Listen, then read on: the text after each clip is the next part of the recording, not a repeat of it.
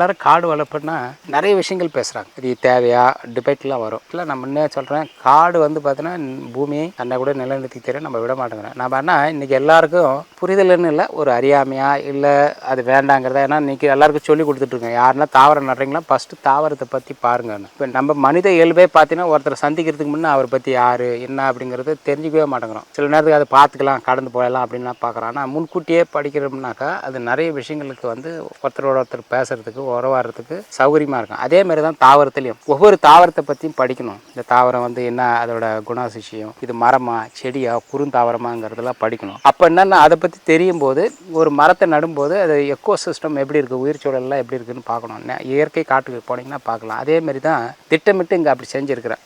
ஒரு பெருமரம் குறுமரம் குறுஞ்செடி நட்டு நானே கரெக்டாக ஒவ்வொரு குழிக்கும் பகிர்ந்து கொண்டு வைப்பேன். ஒர்க்கர்ஸ்க்கும் சொல்லிக் கொடுப்பேன். இந்த தாவரம் இந்த செடிக்கு, இந்த துட்டி இந்த செடி, இந்த சுட்டி இந்த செடி அப்படின்னு சொல்லி